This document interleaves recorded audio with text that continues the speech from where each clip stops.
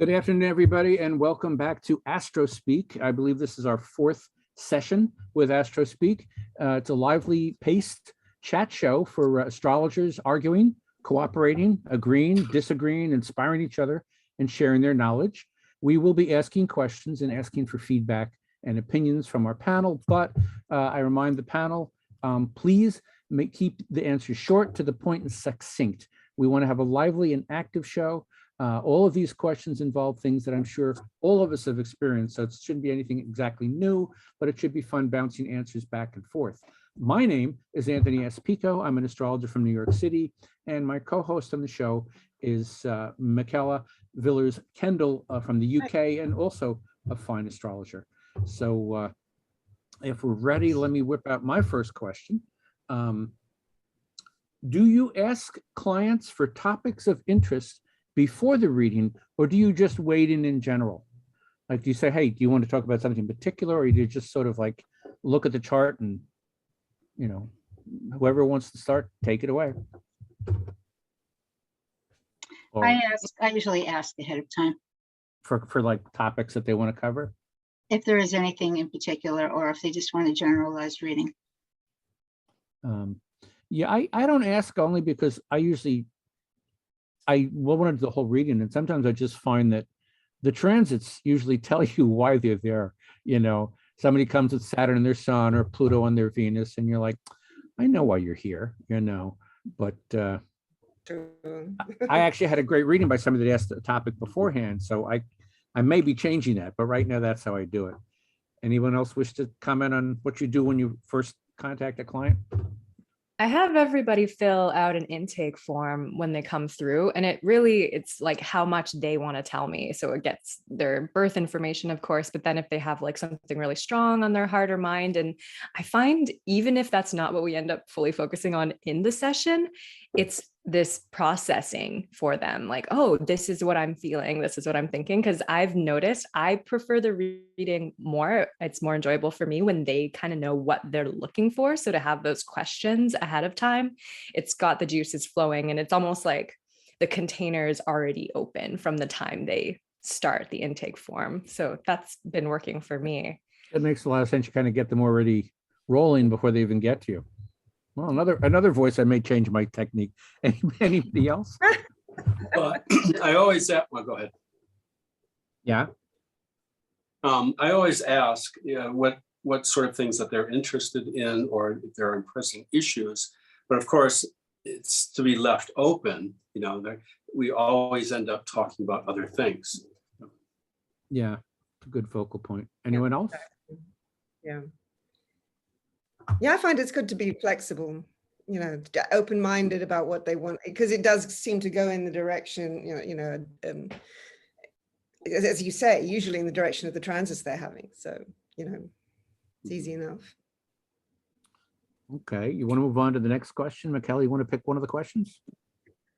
Okay, it's not in sequence, so I'm confused, but never mind, I'll get on with it. Okay, how useful do you find, I've lost it, oh God. Sabian symbols in the reading? Okay. Anyone? I'll confess I don't use them. So I'm out of this question. I'm not knocking them, just don't know them. Anyone else? I only use them personally. I don't use them in readings. Yeah, same here. I use them rarely. If there's a real focus on one particular degree, I'll get curious and look it up and then share it.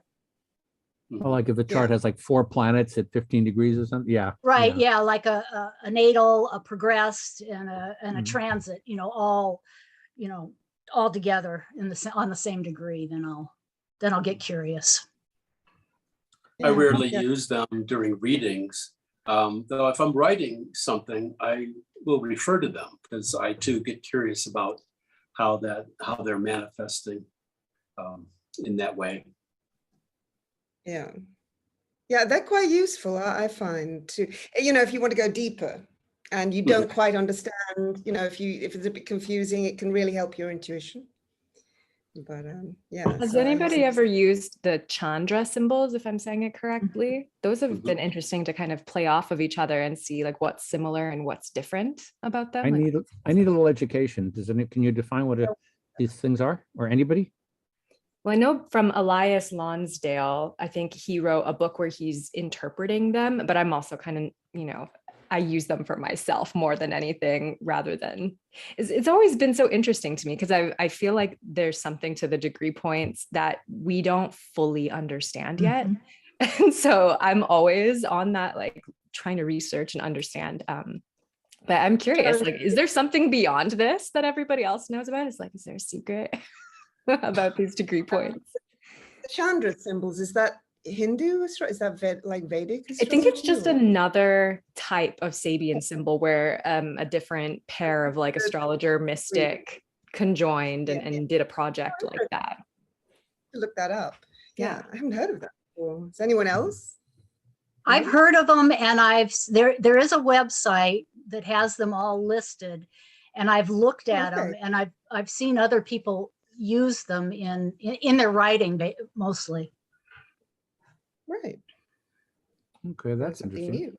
Something else I don't know. Okay. So let's move on to another question here. This is actually two questions. They kind of run together. So the first part would be, do you charge by time or by reading, and why? And then another question is that's kind of tied in is, how do you end a reading? But let's start with, is it by hour or by reading, and why do you choose that method? Anyone? Well, I I'll do start. it by, oh, sorry, Oh, go ahead. Sue. Nura, go ahead. No, go ahead. You can start. Mine's brief. I have a set price for a reading. It includes an hour of research and an hour of interaction with the client. And then if there are like follow-up, like they want dates to do something, then I charge by the hour. Okay. Oh, I love that. Sounds good. Nura, you wanted to say something? Yeah, pretty similar to that, Sue. I think it depends on how many charts are involved. I tend to charge more when there's the relationship charts or they want to do family kind of thing. And otherwise, I've noticed that I kept going 15 minutes over whenever I had an hour-long reading. So I just changed it to 75 minutes. And that seems to be working out well. It's like an appropriate amount of time for like how long my brain and the client's brain, how long we could be focusing on the topic. I use I do it by the reading, and it's because I just figure, because some readings end at like 45 minutes and they're satisfied and that's where it goes. I will say after about 90 minutes, if you got somebody who's like Gemini rising or something and they just keep going, it's like, we're not going to rehash everything. And then I'll just, try to cut it off. So I do tend to do it by the reading, but that's the natal reading. Then if they also want a sinister reading, or if they also want a yada, yada, yada, then it's another reading, and I charge again. Yeah, I do it the same way.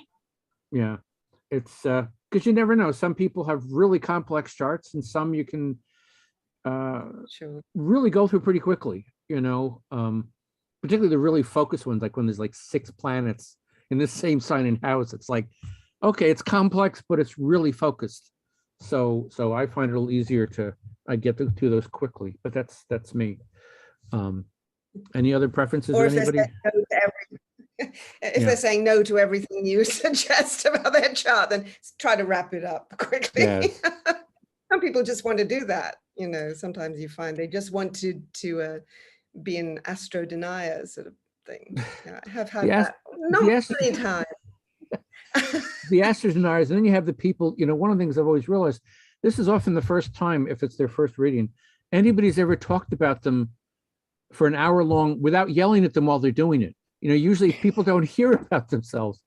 So sometimes what happens is like they keep wanting to hear more, and I can't blame them. It's like, I'm not their teacher yelling at them about homework, or we're parents or whatever.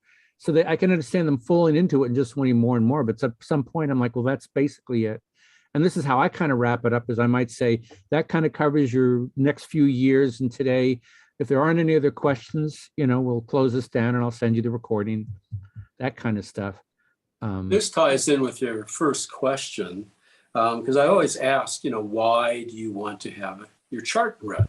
Yeah. And it may be topics, but, you get into their mindset, so you can kind of go from there, because if they're, talking about, Jeffrey gave the great example. If they're wanting to know, well, in fact, I had a client in Brazil who contacted me, and all that he wanted was that he was a stepson of this,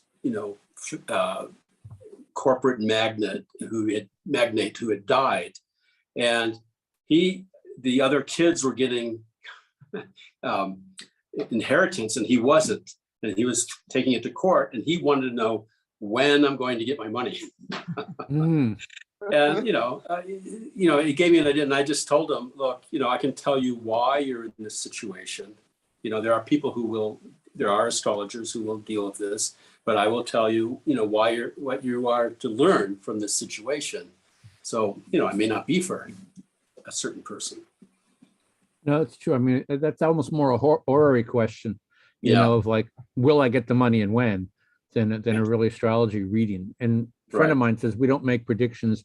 Ideally, we make forecasts. So it's like, yes, I see why you're dealing with this money issue right now. As you said, you'll see in the chart why this is happening, but then Right. they've got to run with it, whatever direction they want to run with. And hopefully it's not at a brick wall at 90 miles an hour, Right. because some clients do that. So how do you interview and like cut off a motor mouth? I prepare. I say, okay, we've got about 15 more minutes. Before I do this, I'm going to do that. And so I start in little increments saying, okay, we're winding down now. Anything else you want to, is there anything else you want to ask about, or anything else you want me to cover, or shall we go on to this? Is everything clear so far? I stop periodically and say, does this make sense? Do you have questions? Do you, shall we move on? That's not bad. It's like mile markers. Exactly. Like, Yep. we're halfway to New York. We're 3/4 of the way to New York. We've arrived. Goodbye. Yep. Yeah. And I've just started doing that recently, because I realized that otherwise, I have a Gemini moon. I'm shy, but I have a Gemini moon, and I'll keep talking forever. And, then I get somebody who talks more than me, and, pretty soon it's, a couple hours have gone by. So there you go. Okay. Yeah, it's sensible to, approach it a bit like psychotherapy, isn't it? Because you have to have boundaries, and but it can be so difficult because it can be sensitive sometimes. Mhm. If people are talking about emotional, transits and issues. Yeah. I've been willing to go over a little bit for that kind of a situation, but I do try to do it one by one. If they're crying, I'm reluctant to just shut it off. Right. Yeah. Does that happen often? I'm sure you don't have that effect. Yeah.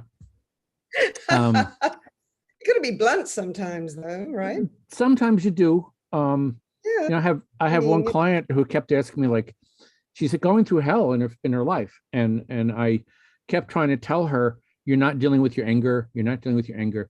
Do you think it's because Pluto's retrograde? No, it's the issue in your natal chart that you've never dealt with. There's actually no transits affecting her, but she's going through a horrendous time, and she will not listen to me try to tell her to go look in the mirror, because that's where the problem is, not everybody around you. So those kind of clients are the worst, the kinds that don't want to own up to their responsibility. But Sure. Not much. So do you want to pick the next question out of the lot? Yeah, okay. How do you, if you do, start embracing planets out past Pluto? Which planets did you mean there? Was that your question, Anthony? I think That's one of the questions I came up with. Part of it, sorry, part of it is that, Pluto was discovered in 1930, and even by the 70s, people were reluctant to assign anything to it. Now I do find that, things like Sedna, Eris, Mahi Mahi, or whatever it's called, and others, people are putting out like 200-page books on what the effect of them is. And I'm kind of like, where did you get this information? Because to me, it's about observation. And I'm not against being aware of them and looking, even Chiron, we only discovered in the 70s.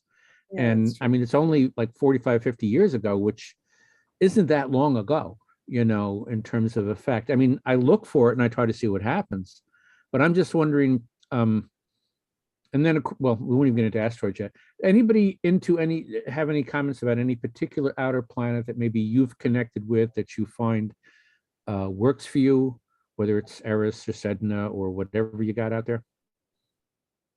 Well, I feel like with this with Eris, that it's like when certain planets are really close to Eris or Sedna, then I'll notice it more. And I definitely felt like the warrior energy. I was talking all about Xena, warrior princess, last night with my friends, and I was like, yes, I feel that right now.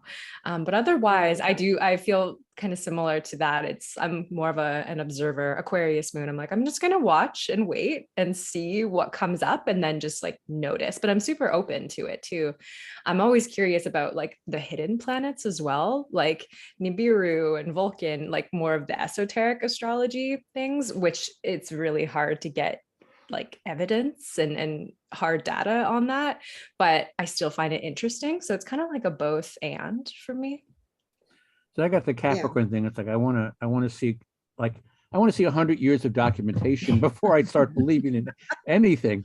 But it's tough too, because what Eris has been in Aries since like the turn of the century or further. I don't know exactly when it went in. So it's like, well, it's kind of hard. You'd have to go back into history and, well, I'm not a research guy, so I'm not doing that, but you'd really have to do a lot of research to really get a handle on some of these. I mean, some of them take so long to go around, it blows my mind. I mean, Pluto is bad enough with 250 years, you know, so. Plus, we don't know what the cycles really are, because before they were discovered, I mean, they may have entered into this system at a particular time, and we don't know if they were always there, you know, so.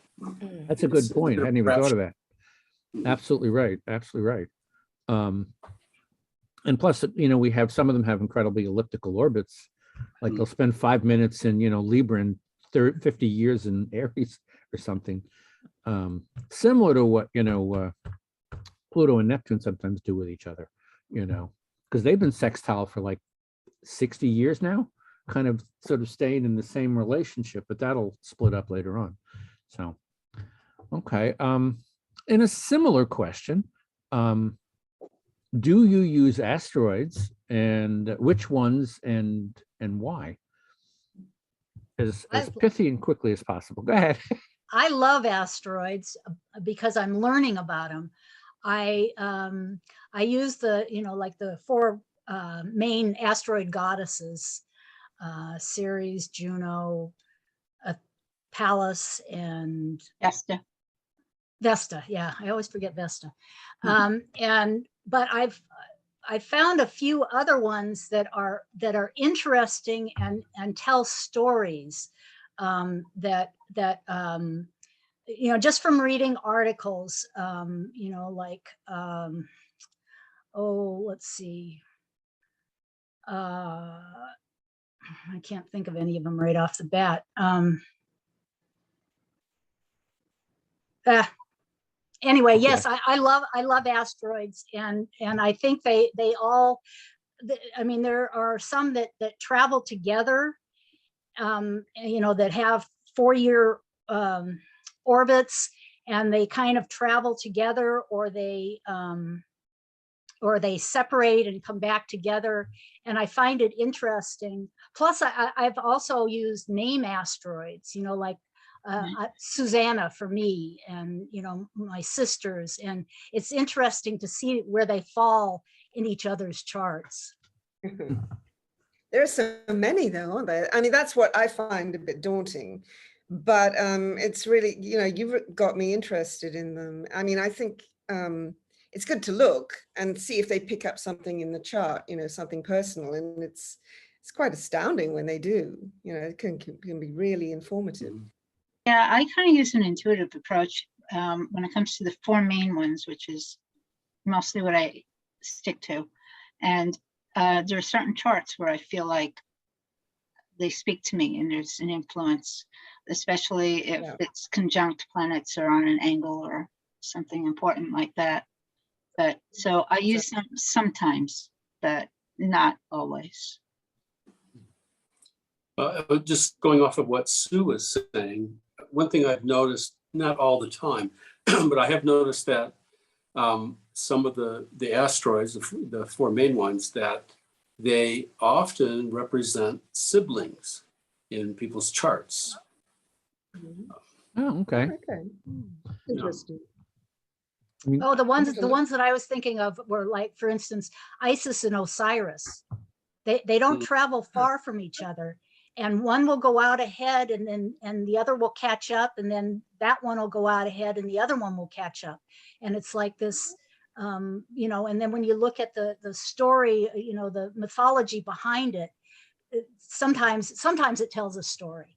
I think it's more though in writing, you know, rather than in readings. True. Yeah. and I always test new stuff on my chart. I'll look, well, what's Vest up to in my chart? I don't always Yeah. bring it out to a client, but that's my way of trying to learn it. But sometimes, you know, like I struggle, I have Sun, Mercury, North Node, Venus, and Midheaven all conjunct, but Chiron's in there. So it's very hard for me to separate out what Chiron does in my chart because it's so tightly interwoven with, you know, everything that I am within like 4 degrees, all those planets and things. But other Right. stuff I can, you know, definitely take a little distance and look at where they are and what they might mean. Any other comments from What anybody? house is that in? What? What house are those planets in Chiron? All of them are straddling my midheaven. All right. So Wow. it starts you're a Venus, healer. Venus at 20 cap, ends with the sun wherever Pluto is right now, 24 point whatever. And Mercury, all those things are in between all of those things. So Right. I'm very Capricorn. But it's the Exactly. T-square with Uranus and Neptune that makes me a very weird Capricorn. So okay. Good to have that Uranus in there. Yeah, Uranus opposition. Loads of fun. So Michaela, you want to pick the next question? Right. Okay. So nodes, about the true node or the mean node, which you use. Yeah. Do you have a preference? Does anyone have a preference? Yes. True nodes, mean? north nodes. How strongly do you refer to them? I do have a preference just after reading Jeffrey Wolf Green's book for true nodes, because what I figured is that I wanted to know, because they vacillate in the true nodes, and the mean nodes is just an average. You know, it's just a, you know, an average point along the way. And I decided that I wanted to know, you know, exactly where they were, because they could, the mean and the true can vary, you know, maybe, I don't know, 5 degrees or more. So, yeah. Yeah, I found that too, the true node. But and usually in ephemeris as well. I mean, the American ephemeris, the true node is, as you say, it's detailed, whereas the mean node isn't. So, and most programs, I think, as well, isn't that true? You can choose, Yeah.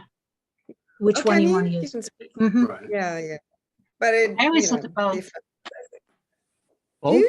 Yeah. Okay, Yeah, why I like both? to look at both. I don't necessarily interpret by both, but I like to Oh. look at both. I Yeah, tend to go more with the true. yeah, But like in my chart, they're the same. right. That happens. Yeah, sure. Well, just Anyone out of else? curiosity, how far apart have they gotten? I mean, I haven't done a lot of experience looking at the two. I mean, do they get that far apart? Are they just a few degrees? How far do the true and mean nodes get from each other? Does anybody have any idea? I think of at least a few degrees. Okay. Yeah. That But not can be much. significant, and if it's in the right position, sure, Mhm. sure. Sure. Yeah, and they station too. They, you know, they station for a few days, and I've noticed that sometimes that's a pretty important, like, turning point in Yeah. current events. I was yeah, thinking about that a lot this past week. Mhm. that when you look at a chart to see whether or not that node was stationing on that day. Yeah. No, this isn't one of the questions listed, but I'm going to bring it up because it's connected to nodes anyway, I believe. How do you describe what a node is to a client? Okay, and what its effect is. I tend to, the way I usually say is I'll say, well, some people feel the North Node represents your karma. I say I'm not crazy about the word karma. So I always tell them the North Node is the direction to go if you want to grow the most in this life. And therefore it's a direction you're not necessarily familiar with. So it's not always comfortable to go in the direction of North Node. We'd all rather go to the South Node and, you know, I know where I am here, I'm okay. Now that's how I explain it to a client. And then of course I give the interpretation and whatnot. What, if anything, do you explain to a client regarding what the North Node is in terms of how it's used in the chart?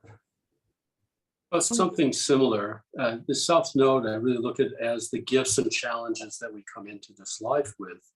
And that the North Node are our soul intentions. That's why it's the direction that we need to look at. But of course, when we look at good gifts and challenges of the South Node, you know, there are things, of course, you know, we that are they're gifts, you know, and need to carry them forward.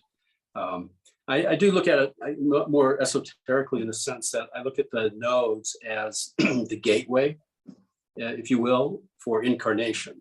And so this is symbolic to me for having these two sides of past and present, gifts and challenges and soul intentions. And then I always also look at if there are skip steps, if there are planets squaring those nodes, then that makes them that much stronger and can change the interpretation of the North Node somewhat, depending on the skip steps. Go ahead. That's Who's astrology. I never quite know how to use skip steps, I must admit. I know it's you know, it's an evolutionary astrology thing, but I get a bit confused by it. Does anyone sort of have something to say about that? Is it a rebalance? I wondered whether it's a rebalance. It's like, you know, the nodal axis, and then in between, you've got this planet that is trying to balance it.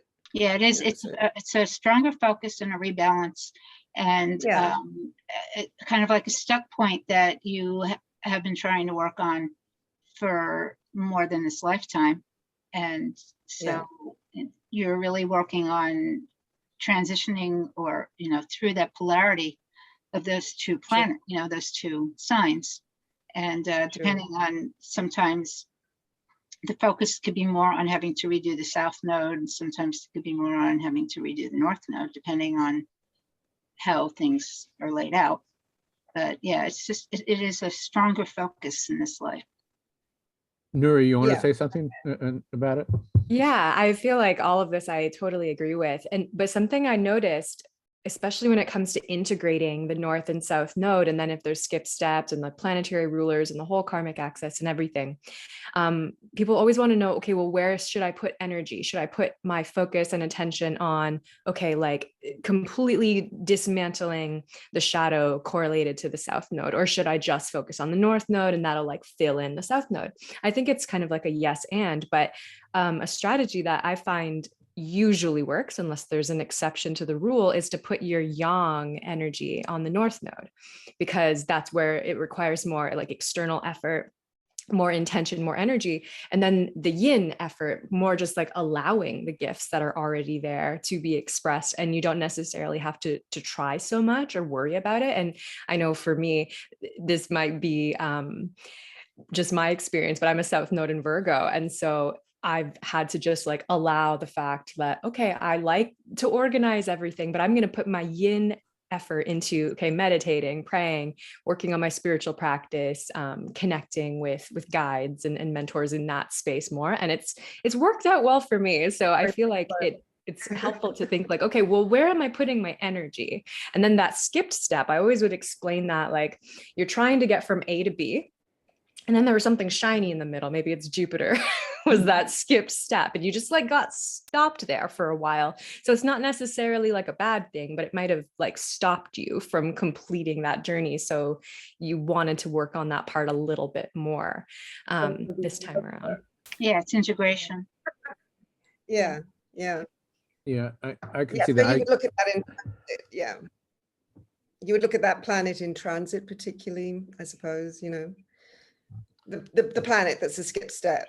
Yeah, both in the natal chart and then also when there's skip steps Exactly. by transit as well. Definitely. I have to look more at that because I haven't really looked, you know, I always look at the nodes and the planets ruling the nodes and all of that, but I haven't really focused in on the skip step planets, so I should do that. Sounds good. Yeah. I have a Jupiter skipped step, so I'm So do I. very intimate with Jupiter that and one. Pluto. Ooh. That's nice. Is it? Or is it can be too much? I really had to learn how to use my Jupiter. I was very shy. I have Jupiter in my first house. So I was like super, super shy growing up. And then I had to really learn how to just be big. Just let your energy be expansive. Let It's it go. okay if people don't like it. Sure. Yeah, that sounds good. Yeah, I like that. So, Anyone is it else? my turn or your turn to make the next question? I forgot already. I forgot what we were talking about, the Let- nodes, weren't we? So yours. Yes, may I jump in? Hello, Christina. yeah, Go yeah. ahead. Hello, and forgive me, Okay. I'm multitasking and I have a senile old dog that wants to talk a Aw. lot, but it's his last days, so they're important. But Yeah. when on the issue of the nodes, what always comes up for me is something that I read so many years ago in the autobiography of a yogi. Yogananda's wonderful book. And one of his devotees asked him, and you can find this quite easily. There's an index at the back of the book, and you just look up astrology. It's fast. And so one of his devotees who has been meditating and doing everything right says, you know, basically, Master, how many life cycles does it take to you know, complete?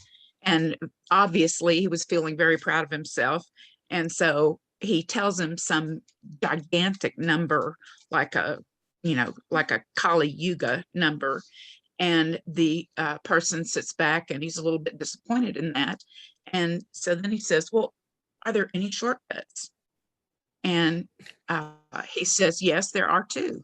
And one is the practice of Kriya Yoga, and the second is study with a competent astrologer. And in that, what I really I feel like in particular, it's the journey of the nodes that is really what he's kind of focusing in on. And I just can't help myself when I am talking about the nodes with someone. I've got my pen in hand and I'm making a little drawing, a little series of spirals, and draw a line for it. Super simple drawing, but I think it helps to connect with that idea of being on that soul's journey and that life path, along with the idea of you can do it a slow way, or you can, learn, you can use this as a study sheet to make some conscious decisions. Right. Okay, that's a good point. Yeah, sounds good. It's tricky. So like I have all my planets conjunct the North Node, but sometimes you get a client where it's like they have 5 planets on the South Node. And you're trying to tell them, well, go in the direction of the North Node. And they're like, well, why? This is where I'm comfortable. It's like, well, Yeah, right. you're not here to always be comfortable. And I have Taurus moon and Taurus rising. So I'm not against comfort, but that's not the only purpose of being here. So for the heck of it, here's a question. What popular astrology elements do you not use? Like, what do you see everybody else using and you're just sort of like, bleh, I don't want to use it? Whole sign houses. What was that? Whole sign houses. Oh, whole sign, yeah. I've amused myself with them. I haven't committed to them at all. Any other, I'm Arabian parts, I tend to stay away from, partially because when I first had my first reading done, oh, there was my part of fortune. And then as I began to read about it, there's hundreds of parts. And it's like, well, I can't, to me, it's like, I can't just use one of them, you know? So, and plus, I don't know, I don't think of astrology working as like adding two things together and dividing by something else when they're not even real objects. Anyway, that's why I don't use Arabian parts. Anybody else have popular things they choose to eschew? Somebody used that word on me today. I just had to use it again. I don't know. I used to use midpoints, but I don't know if anyone uses those much anymore. But they are very useful if you go into them, and sometimes it can be amazing. Yeah, I'll dig them out when I'm kind of stuck and saying there's just something I'm missing here, and that'll help sometimes. But I don't use them for every reading, you know. No, and the sun moon midpoint, maybe the major ones are useful. Does anyone ever use containments? It was put out by I forgot, it was Ruperty, whatever his name was, back in the 70s or so, and it's just the sequence of planets. They have maybe 3 planets. You have one in the middle, no matter where they are on the chart, and just as if there's like a certain flow of dynamics, and the different trios will mean different things. I found them actually quite useful. I don't use them very much, though. I mean, rarely. Containments. Okay. Yeah. Is that similar to like in Hellenistic astrology when it's like a planet is like under siege or like? Right, that's what I was thinking. Yeah, I wonder if it's similar to that. I don't know that terminology. Under Or like if you have a planet sitting between Saturn and Jupiter. Oh, okay. Yeah, it'd be similar to that. I mean, that is that, but he never used a term like under siege. Yeah, I might even be getting that wrong, but it's well, I mean, in certain, older terminology, they had these, the malefics and the benefics and all that. Yeah, something I'm noticing coming up a lot lately is the sidereal, but then also like there's like the 13 sign sidereal, but then there's true sidereal, which are 2 different ones, which is very interesting. Yeah. I won't say I'm against anything because I think we can find information and truth in a whole myriad of ways, but that's one that I just like looked at it and I looked at my chart that way, and I decided that it didn't make sense for me to continue down that path because what I'm doing and the reason why I'm doing astrology, it didn't make sense. It felt more like I was trying to like chase a white rabbit, like through a wormhole versus like use astrology for healing kind of thing. That can happen so easily with astrology. You just have to be careful not to spread yourself too thin, find the techniques that work best for you and try to just stick to those. Mm-hmm. Yeah. There's some things about that are very popular, the 13 signs, Ophiuchus is the 13th sign. And I think I think there's a danger of, popular thinking, and wanting to make things fit a certain paradigm, and I mean, just personally looking at Ophiuchus, it's really part of the whole Scorpio dynamic or archetype. But with sidereal, what I find interesting is, I usually work with tropical, but I find that looking at world events in the big picture, and especially over time, that there are certain things that fit more with the sidereal positions than they do with the tropical. But here now, when I'm doing a chart for somebody else, I look at it as the sidereal is much more cosmic, and we're here on Earth, we're here to work, karma and whatnot here. And so I feel that the tropical zodiac is more of a picture of that. And there was a time, back 200 BC or whenever it was, when the sidereal zodiac and the tropical zodiac were together, right? And 0 degrees Aries was the spring point, and it's separated, okay? And far in the future, I forgot when it is, they will come back together again. So I really see this as, there's a necessity for humanity to, to individuate, to go through their stuff, to, come into a conscious relationship with the rest of the cosmos. So that's, to me, that's how I look at those two different things, and not see it as necessarily, something to compete with. That's pretty fascinating. It's Yeah, very interesting. Yeah, certainly is. Because clearly we are at this point in time, I think we're clearly working our way into a new era of some kind, and people call it the Aquarian age, but it's just, if you look at the last 200 years or so in terms of the previous 3,000 years, there's been an incredible acceleration, and even from one generation to the next at this point, it's going so fast. So that would make a certain amount of sense. You still got the steady background, but you've got the improvisations and the changes we're doing in that context, for want of a better term. I mean, we are in the middle of Saturn squaring Uranus in general, so old and new are definitely going at it this year.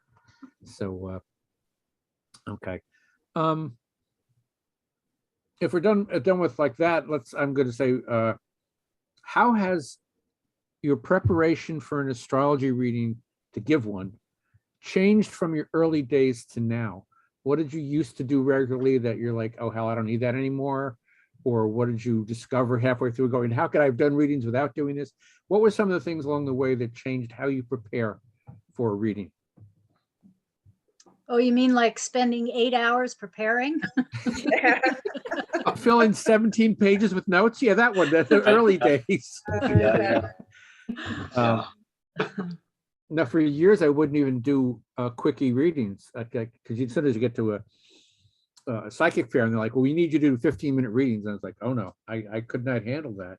But now I've gotten to the point where it's not, now I find when I look at a chart, it just starts speaking to me.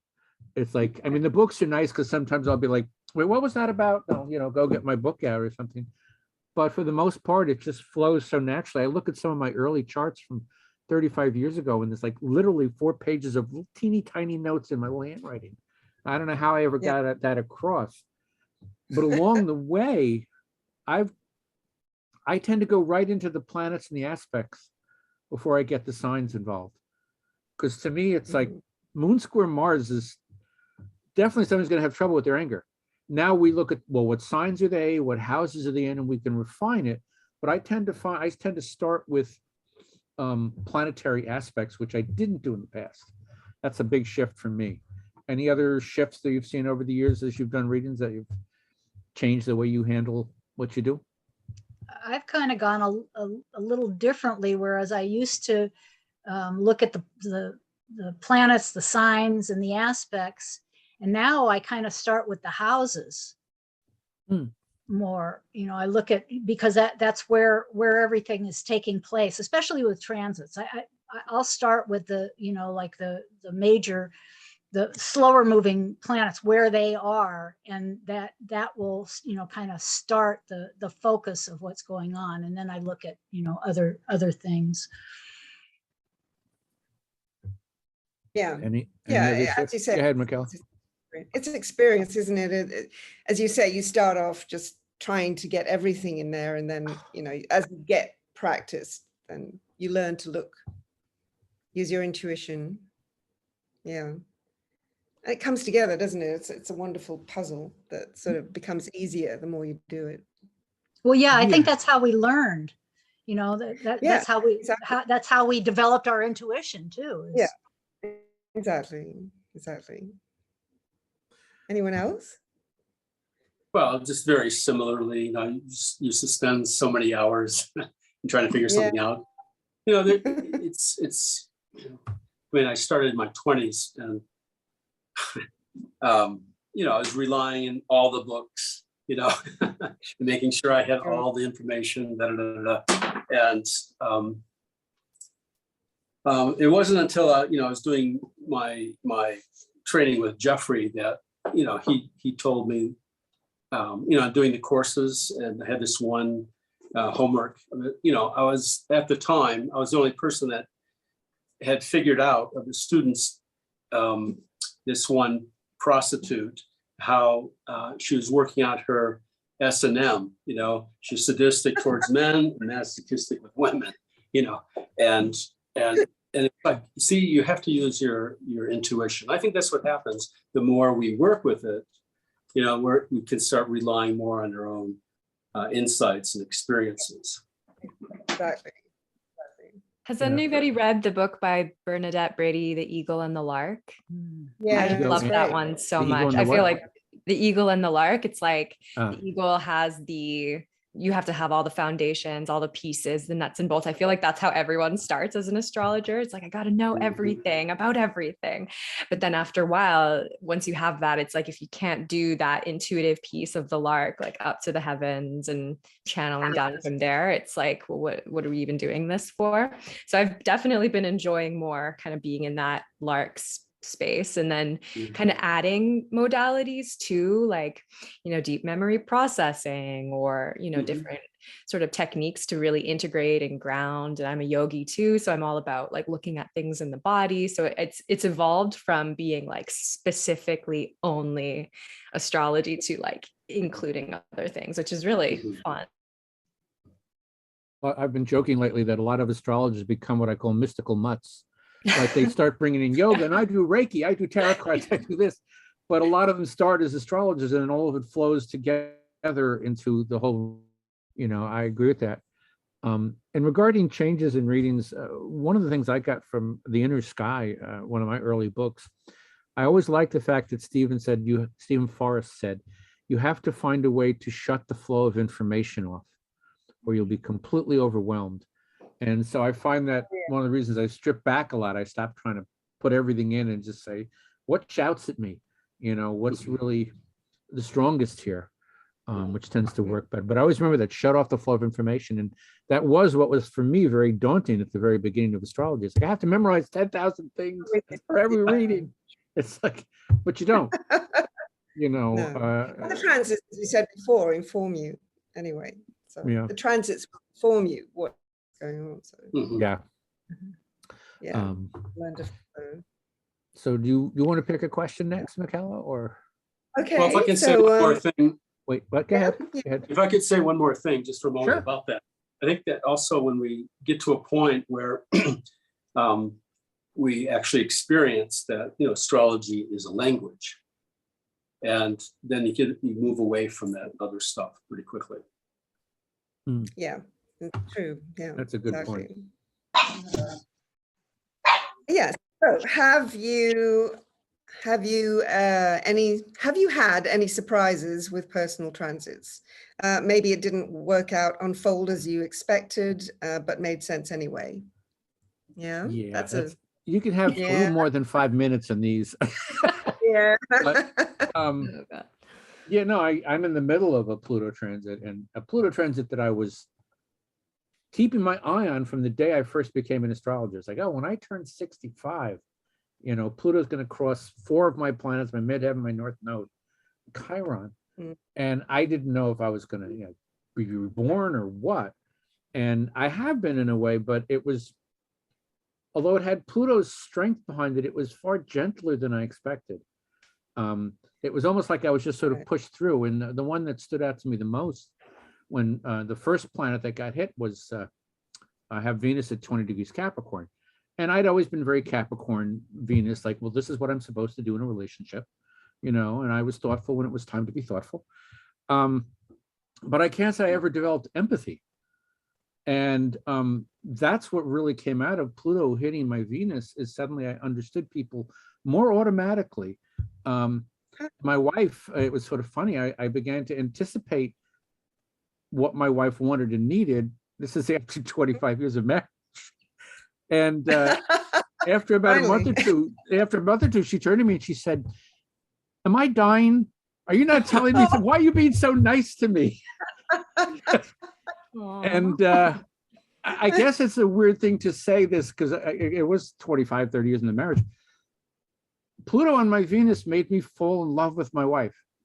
Not that I didn't love her before, but it was on a different level. And that was the one that surprised me the most, I guess, of a transit. You know, it's just sort of a deeper, like, I see her more clearly. Before this Right. Capricorn kind of thing, well, this is what you're supposed to do to please a partner. There's always these like rules, and there's less rules. There's still it's Capricorn, there's still structure, but it's less rigid and more open. And no, she's not Well, dying. Pluto Anyway. can have that effect. Right. What was that? Pluto can have that. Pluto can have that effect. It, brings in the profundity of life rather than the skating on the Yeah. surface. And If you it's go worked with this way through. Yeah. Yeah, Well, you that's go the with trick. Even when you're working with Pluto, sometimes you're being really dense, and Pluto's like the 2x4 across the back of your head. You know, right. I got hit by a car at the beginning of my Pluto transits, crossing the street, Oh. and suddenly I had to watch my wife go out of her way to take care of me for a while. It wasn't terrible injuries, but it changed a lot. So that's the other side of the Pluto on the Venus. On my Venus is that she became a very Plutonian force in my life too. So now what I've said, oh, you're going to get hit by a car, I wouldn't have predicted that at all, and it wasn't too bad. They were making a turn. I just rolled down a few 30, 40 feet, and then they took me to the hospital. By the way, Oh, in true still. astrologer style, what's the first thing I do after I stop rolling down the street? Look at your Look at watch. the I transits. checked my watch so I could do charts. I figured, okay, I'm not bleeding. I seem to be okay. What time is it? I have to do a chart for this later. So anyway, but that was something that for me was very profound. Like Pluto's always this, Pluto's coming, look out. And Yeah, and that's the thing. Yeah, you can't anticipate, can you? Especially with Pluto and Uranus, the outer planets. You can't Yeah. have this rigid idea and also get free, because it can be totally different to what you expected. Yeah, exactly. Nura, I saw you nodding your head when the question was first asked. Did you have anything particularly you were thinking of? So many things. I mean, I feel that way with almost every transit. I've actually found something like you would typically think Mars might bring something more of a challenge. But when I have Mars placements and strong Mars transits, I really like it. Like it tends to feel very motivating and very inspiring.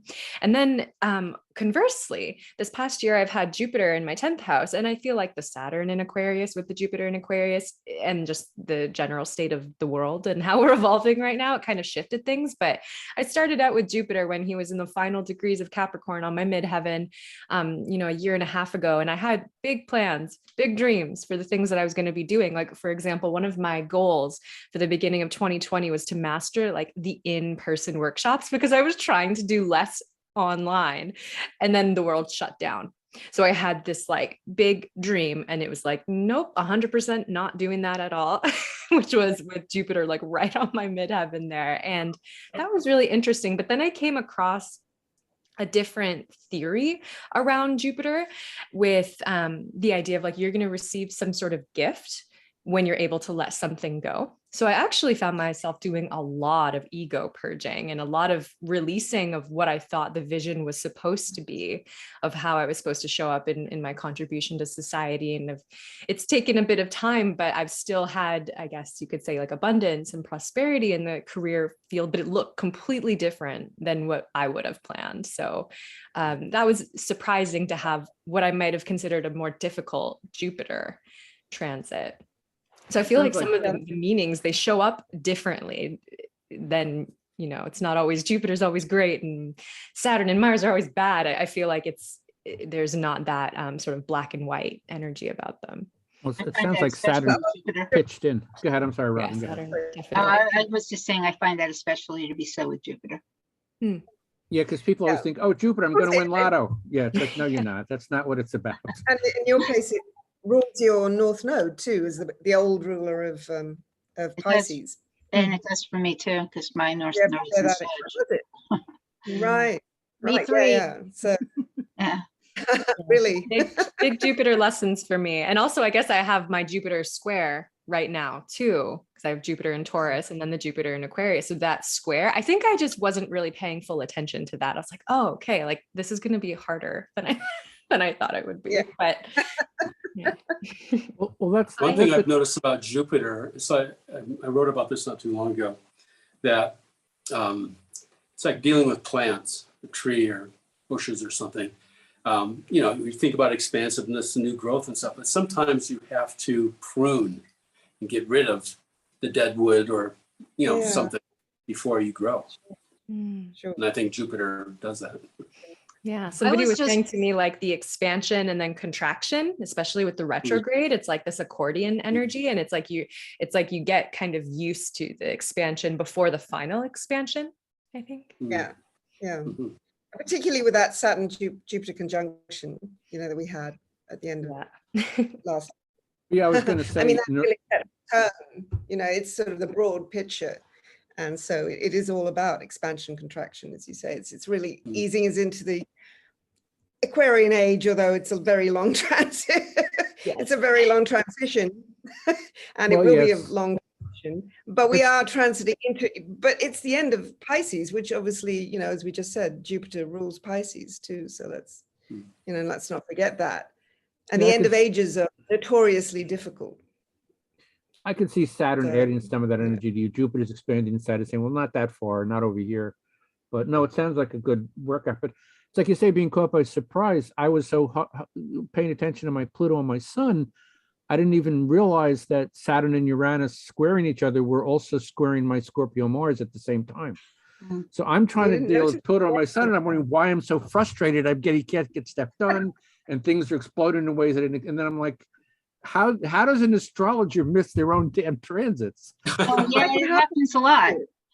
Yeah, It Yeah. happened to me, for Yeah. sure. I was so busy looking at Neptune being opposite my Saturn and thinking, oh, you know, what's dissolving, and, you know, and all this, that I had forgotten that I also have Mars in Scorpio, and here comes Uranus up, and a tree fell right next door to me when the moon was conjunct, well, probably 2 months ago, conjunct Uranus and within a degree of opposing my Mars. So I went, Wow. oh, I guess Uranus that, is like, well, watch surprise. out. Moon's going to be conjunct Uranus in about 3 or 4 hours. I So know. don't But stand under any trees.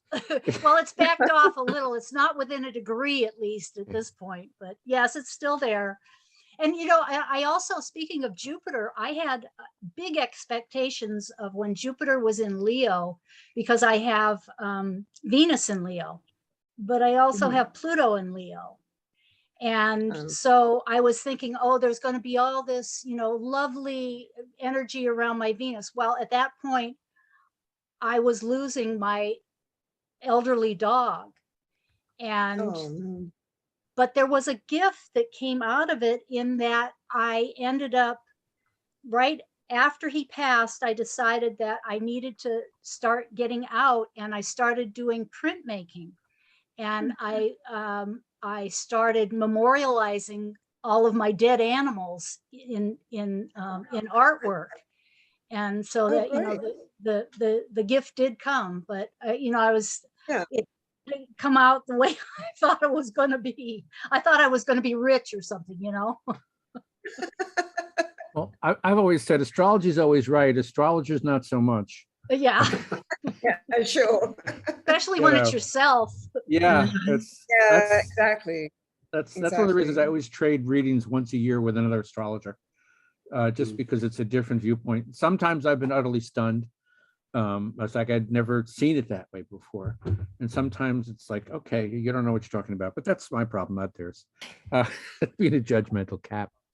So with that fallen tree, what do you say to the insurance company when, you know, your first instinct is to look at your watch or your clock and you know exactly what's coming up?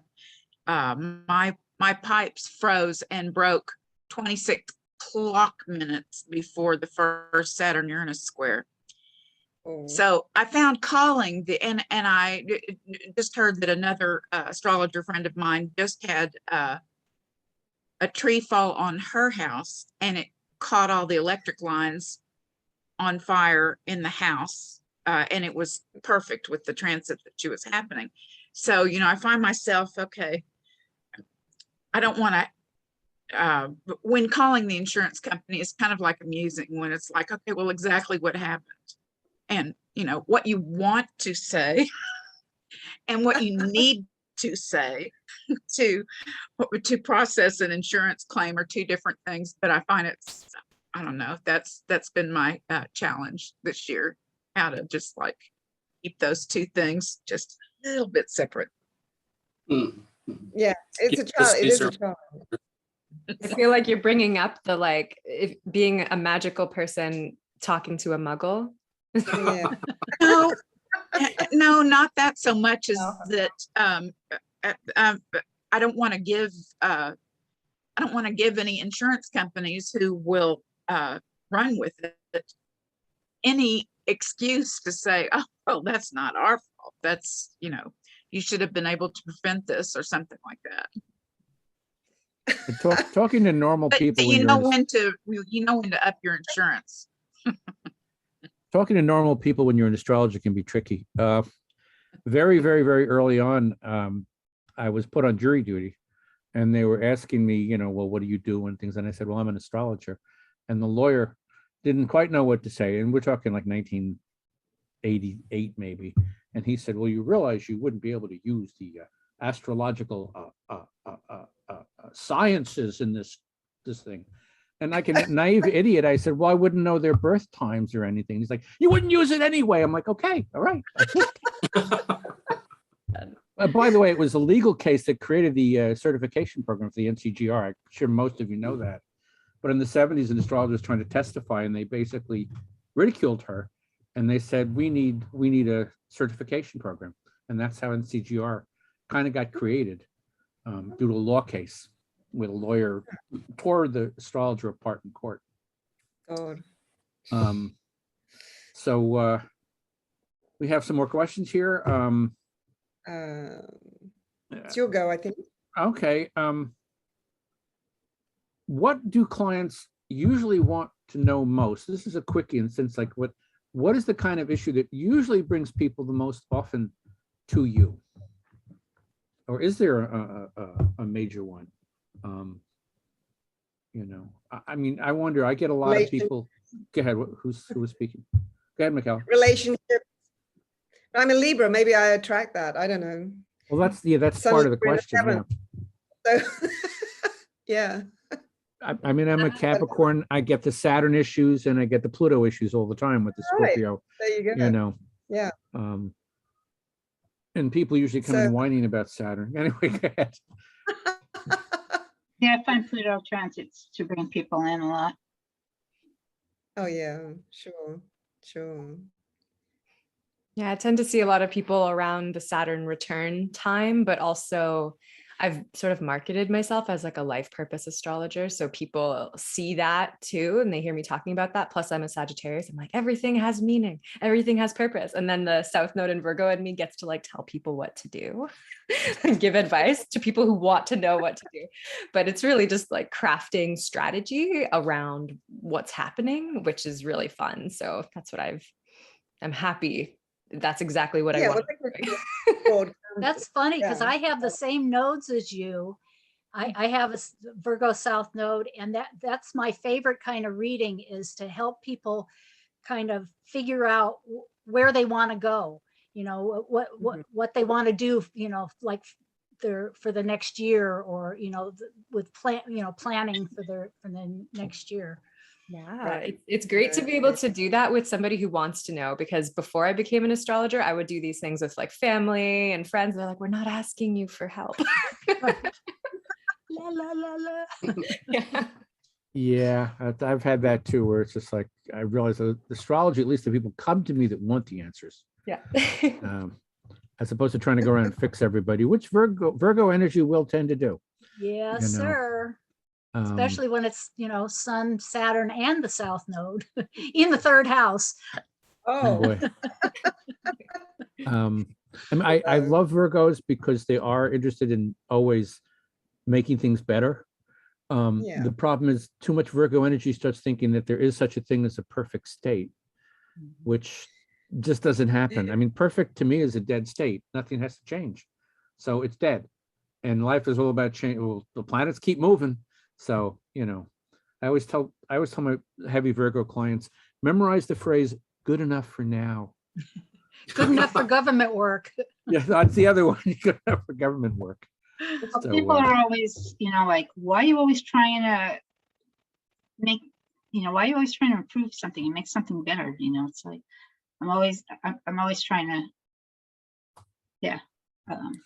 No, my wife's got Venus in Virgo. It took me years to understand how loving Venus in Virgo actually is. It's not traditional loving, but she's always been concerned about my health, my well-being, where I'm going. She's magnificent wife and personal support, leaving marriage out of it completely.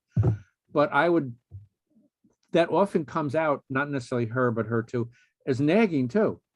If you're not ready to change, then they're just nagging you. But if you are ready to change, okay, I hear what you're saying. Yeah. And that it took me years as an astrologer to really get a handle on Venus and Virgo. Personally It's just speaking. a reminder. Yeah, okay. So any other comments about who you see you get the most? Or if we're done with that, we can move on. Do you do mundane astrology at all? Do you tie it in when you're talking to clients? How does that work for you? I personally have only begun to look into it more seriously recently, so I'm just wondering if anybody else uses mundane, or as I put it, do you tie in transiting, world stuff world predictions along with personal people's charts? Sometimes I do, especially these days, because everything is so intense. It sure is. Exactly. Yeah, as you say, Explaining. Yeah. Yeah, when there are world events happening, then it's pretty easy. I mean, it's necessary, isn't it, to use mundane astrology, because you have to look at world events because how they're affecting everyone's lives.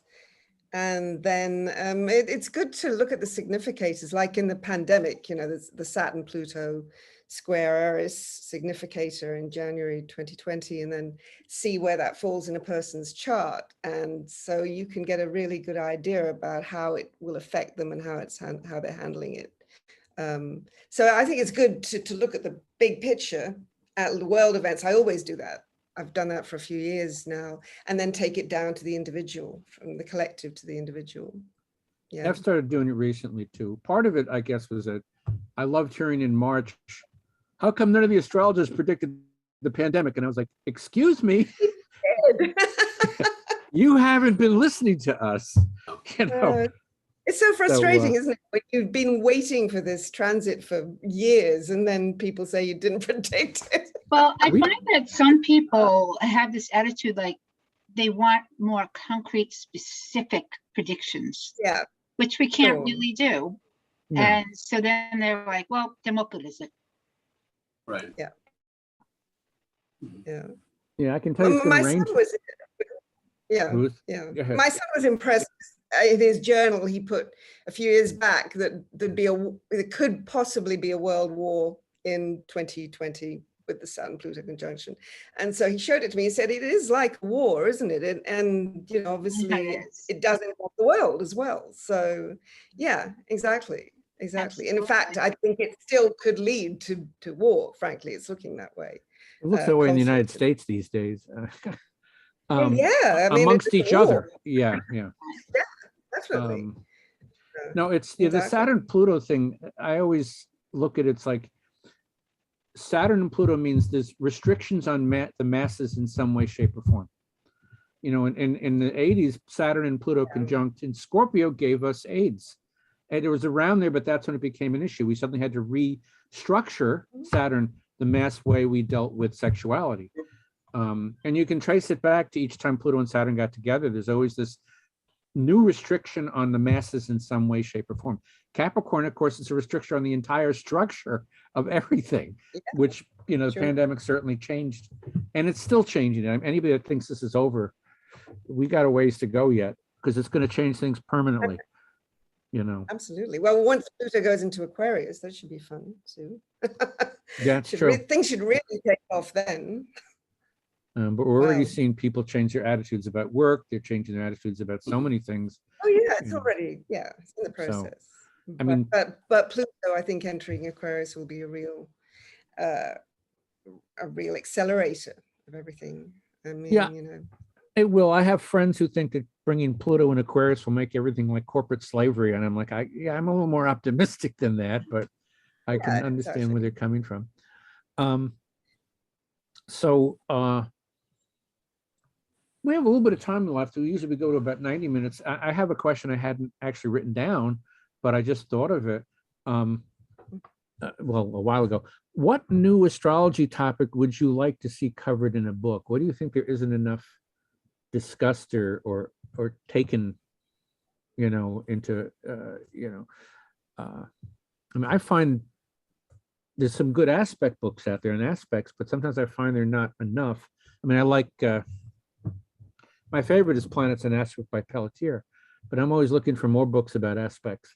I'm just wondering if anything in particular, it doesn't have to be a book, but you understand what I'm saying. And what new topic would you like to be explored? I know we're getting a lot of Hellenistic stuff coming out in the last 10 years or so more, but I'm just wondering, is there anything in particular that you feel an emptiness about that you want more understood about? I'd vote for the asteroids. Okay, there's a lot of them. It'll take a while I to get them all know. done. Yeah. I mean, yeah, integrating, how to choose, which Yeah. ones to use and why. Yeah. That just popped in my head. Yeah, I think you're right. More books on integration, really, of everything. Yeah, how to select. Obviously, it's something you have to learn into, and is subject to the individual and one's intuition. But on the other hand, there is, and there can't be a basic recipe that's used. You're not a cookbook, but it's not using cookbooks, isn't it? It's taking the most useful methods and putting them maybe together and having examples of that, I think. Yeah, and how they're used, how they're used in daily life, and how it applies. Yes, practically. Apply. Yeah, exactly. I'd like to see more of that. I'd like to see a book titled "Do Not Learn Astrology from Websites." Right. I just, because I find it sometimes, I started in the 80s before there were websites, and it was a whole different ballgame. But now they come in with this, my boyfriend has his Mars in Scorpio, and I have a Scorpio moon. Are we meant to be married? It's like, whoa, slow down. And there's just so much more garbage information out there than there was 30 years ago, because anybody can create a website, and they don't have to have, at least books have to be edited and presumably edited and vetted and stuff, but websites. And then you have to go out of your way to buy it too. Yes, you have to make a decision as opposed to, oh, that's what happened to me today. Well, don't you think that there were those same kind of garbage books at one time? It's just that the internet now is more prolific with the same garbage. Well, yeah, they've always been garbage books. And before computers, when somebody didn't have support, the end product looked like garbage. Like if you bought a white supremacist magazine, it was put out on a mimeograph machine in somebody's backyard. But now everything looks slick. Everything looks absolutely, so it's like harder to actually tell them apart. If some nut wanted to put out a garbage book, as you said, sure, it could be put out, but it would be full of typos. It looked like garbage. It would just smell, It's getting harder now, and particularly the slicker ones are getting away with it more. And I'm a graphic designer, so I know I've spent many years making silk purses out of sow's ears, as a designer. Sometimes I felt guilty about what I did a really nice design. I'm like, people are going to buy this, Do you find that there are a lot of sites, all kinds of crazy sites, and they're like really slick? To me, that's like makes them more suspicious to me. Yes. Yeah, when you have I have all the answers and I can explain everything. Go ahead. Right. Like with everything right now, though, especially with this past year at the North Node in Gemini, I feel like there's just a plethora of information and options everywhere. And so I've been really leaning into that, the square to that, which is like the Virgo Pisces, like use my intuition, use my discernment. I feel like there's a push in general for everybody individually to cultivate more of that, so that we don't have to rely on some system to be the only way to vet information if it's like real or true or not. That kind of goes to what I'd love to see more of in astrology too. You kind of mentioned it as well, Michaela, around the integration, because I see a lot of like sacred astronomy. I'm really interested in astronomy and things like that. And I would love, this might be wishful thinking for like astronomers and astrologers to like make peace. I don't know if that's just, not on the table, but that would be so great. And I feel like it would be such a service to people for us to see how these things actually work together, and like looking at herbs and nature, and like just really seeing astrology as another language of our reality. Like it's not this made up thing, it's just observation, cycles and patterns. So there are astrologers that do astronomy. Yeah. I mean, a couple come to mind, Gary Caton and Gemini Brett, both are, they're great. And they're definitely furthering that, bringing it together. Yeah, they're wonderful. Anyone else? Anything else? We're big. I mean, we still have a little bit of time, but I've run out of questions. Have we? I think we had more. Something that people have been asking me a lot, and I don't fully have an answer around, but like the astrology of ascension, that might be very like niche and I guess like new age movements and things like that, but the astrology of ascension and what that looks like, or even just the shift of like how everything is going to be turned upside down moving into the age of Aquarius. Like, are these just different words describing the same process, or are we really literally shifting dimensions? I know that's kind of like Moon in Aquarius out there question, but a lot of people are talking to me about that. But we are shifting. I've been thinking lately a lot about the evolutionary lessons humanity is learning through the progression of the ages. Yeah. I mean, just the topic of the Aquarian age. When is it? I mean, there's so many diverse ideas. Well, because it's not just on a specific time; it's a transition. So. Right. Yeah. Right. Exactly. But transitions. Some people it's going to feel like, oh, it's going to happen. When start happening because Jupiter's in Aquarius. I don't think so. But anyway, I think it's been happening. I think it started happening at the Industrial Revolution. That's what I always think is agree with, because it's the first time in history you could buy something exactly like the other one. Before that, everything was handmade. Yeah. That's a huge shift in consciousness. I completely agree, Robin. I was going to bring it up, but you beat me to it. Well, the revolutions, the American and French revolutions, I think, were a major marker. That was when Uranus was discovered too. Yeah. Our introduction. So I think Uranus's discovery was sort of a major marker of it. But then you had the Renaissance before then. I mean, like that was sort of a mini dip into Aquarius, wasn't it? And then it dipped back again. So it's like you've got a 500-year span of going in and out and in and out, but it's as though that's the transition. But you can definitely feel it now more than we are getting more and more hints of Aquarius, but we're still wrestling with the Pisces. So that's why it's so. Yeah, because we're integrating what those lessons are that we've been learning over the past 2,500 years. Exactly. That's not easy. And there's always the whole Hair, the tribal musical. The dawn of the age of Aquarius, a lot of people thought in 1962, like 6 planets or 7 planets were in Aquarius at once. My wife's boss has got that, and he is so anti-spirituality. He thinks astrology is crazy. And so that's very Aquarian in itself. I mean, yes, very humanitarian, but not very spiritual. It's contrary. Very funny. The other thing, though, about this whole shift, whether you call it the ascension or the age of Aquarius, I'm a huge fan of the Seth material. I've read all the books forwards and backwards. And when Seth first started channeling a book in the late 60s, early 70s, the first thing he mentions in the first book is that we are in the middle of a shift we're about 75 years into it, and it's usually about 150 years.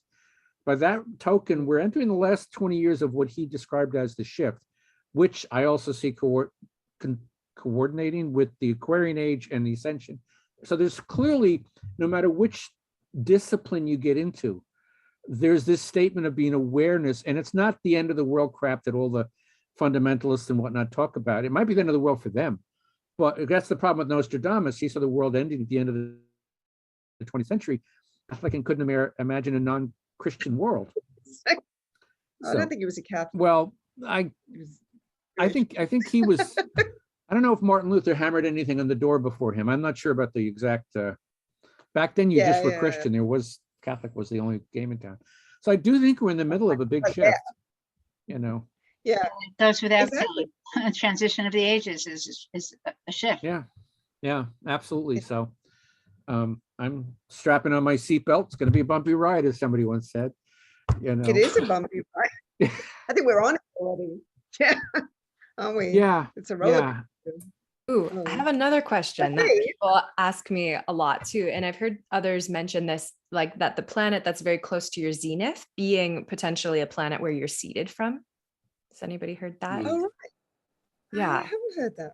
What's that? Yeah, a lot of people talking about like being a star seed or like where they might be coming from, and especially with like the Dolores Cannon books kind of fit right into this topic. But you know, like if that's more or less like where they're one other way of looking at where maybe their soul family is from, that and the rising sun, things like that. I've seen that Fascinating. also with Yeah. fixed stars, with if you have planets that are close to fixed stars, Right. you know, depicting Yeah. where you're, you know, which galaxy you're from, or you know, which star you're from is star seeds. Mhm. I've heard elaborations, and apparently a lot of them are coming from the Pleiades. I've heard. Oh, I do a show. I interview a lot of people, astrologers, psychics, star children, UFO people, and everybody talks about the Pleiades. It doesn't mean a lot to me, but I'm just adding to the conversation. Everybody's apparently there's a whole wave of people from the Pleiades.